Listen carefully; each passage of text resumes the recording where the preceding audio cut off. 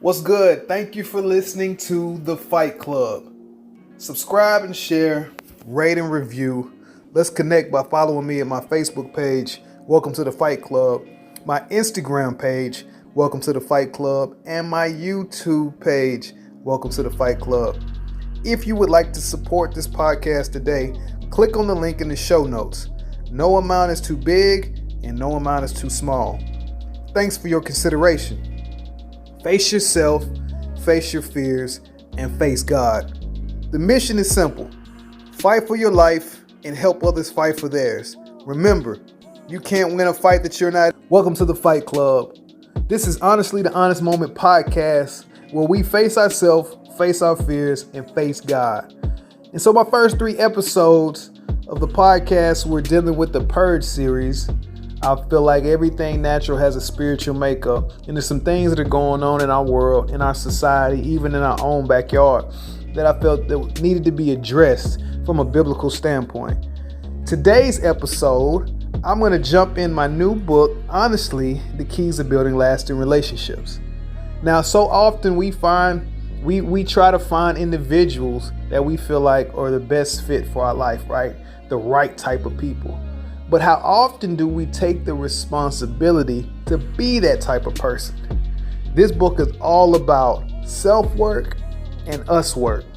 Today I'm going to talk a little bit about the book and also the reason behind why I wrote it in the first place. Just to begin, in the introduction, I talk about how have you ever lived a lie? If you've ever lived a lie, this book is for you. Living a lie means to live within a time, place, or period in your life that you're living outside of the truth that you believe or you know.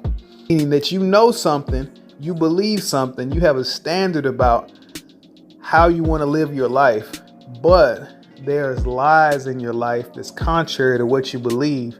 And for whatever reason, you decide to stay and live in that lie. At the time, my personal lie was that I was in various relationships, let's call them situationships, where I knew I shouldn't have been in the first place. I knew the reason behind why I got into it in the first place was wrong, and so they lasted longer than I intended to last. Isn't that like trouble? It's easy to get into, hard to get out of, lasts longer than you intend, right? I believe that you can compartmentalize your life.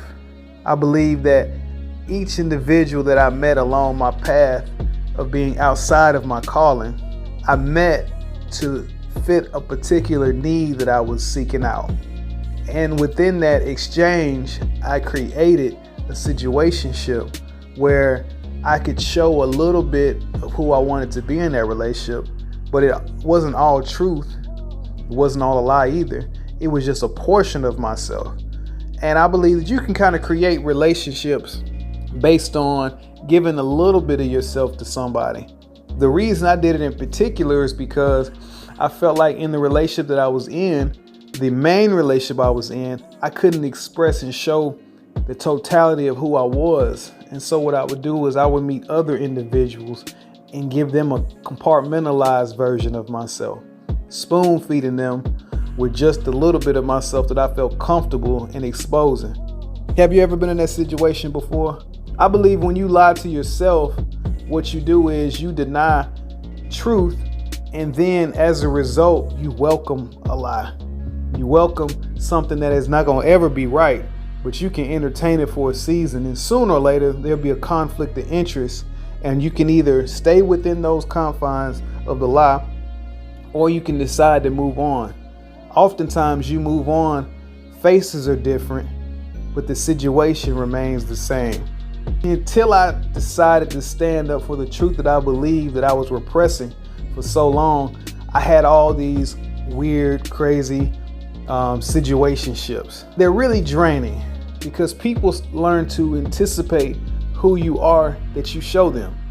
And when you do that, all they know is the person that you reveal to them. And that's what they expect. Here it is, you have situation after situation where you have to put out that type of person to the individuals that you're encountering. And so over the time, you can empty yourself and have nothing to offer anybody because so many demands are around you. I personally believe that our situation is trying to tell us something. It reminds me of Adam and Eve in the Garden of Eden after they had sinned. It said that God came to chill with them in the cool of the day as he normally did. And when he came in the garden, the Bible says that Adam heard him and was afraid and hid himself, and says that they covered themselves with fig leaves or something that's artificial that they tried to hide behind. And in the process, God confronted them. He said, Adam, where are you? Adam said, I heard you and I got afraid and I hid myself. God said, who told you that you were naked? I believe when we're living a lie, we are covering up. Oftentimes, we're looking for relief and we're covering up pain or trauma through various methods. My methods, I used to smoke a lot of weed, drink a lot of alcohol. I used to get on pills. I done probably tried every drug out there other than shooting up heroin and smoking crack, pain pills. Let's just say I tried a lot. In the process, I know I was suppressing my hurt. I really felt ashamed of myself on falling away from my relationship with God, and every other source of that pain deeper than that came from the failed relationship that I had with my father, came from the failed relationship I had with my mother, came from some mental issues that she dealt with, that I adopted, that was around me, that I just kind of adopted, that depression and different things of that nature. I became real nonchalant about some of the hurts that I experienced, and I bottled up all my pain. I never communicated it to anybody. So I was covering up with various means, but never really being able to address the serious issues that I was dealing with.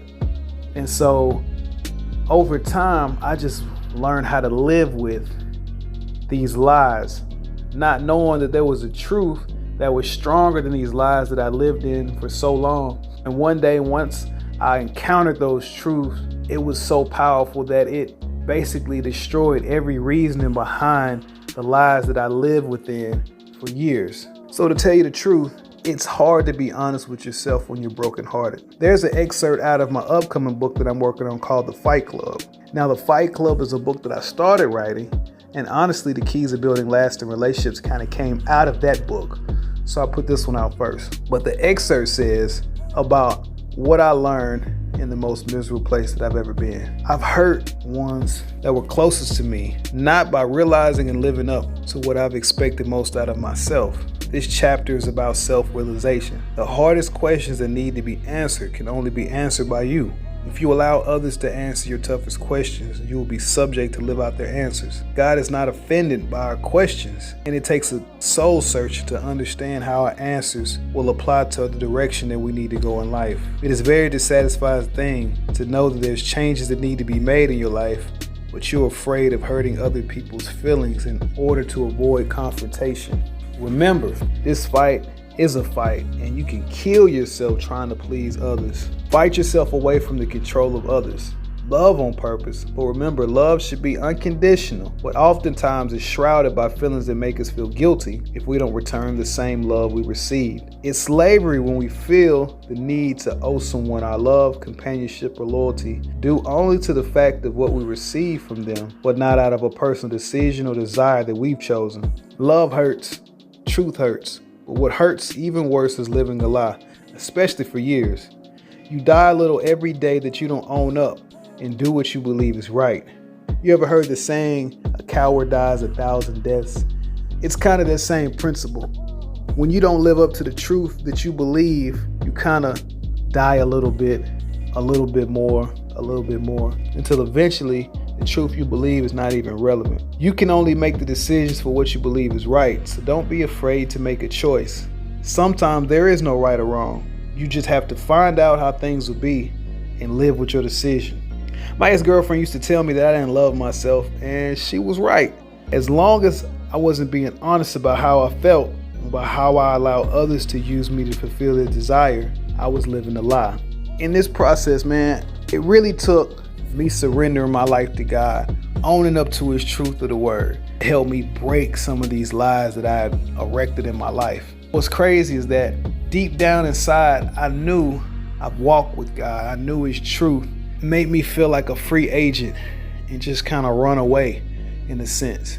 And I believe so many men and so many women, we learn that a natural habit of running away from our problems. And I let discouragement, I let failed relationships, I let being broken heart. We try to avoid the responsibility to look our problems straight in the face with an answer coming from God. When we're running, we might be running to get high. We might be running to relationship, we might be running to go party, club, or even in our ambitions cause us to run away from some of the hurts that we have to deal with. I pray today that somebody's listening and saying, you know what, I'm tired of running. It's exhausting, for one.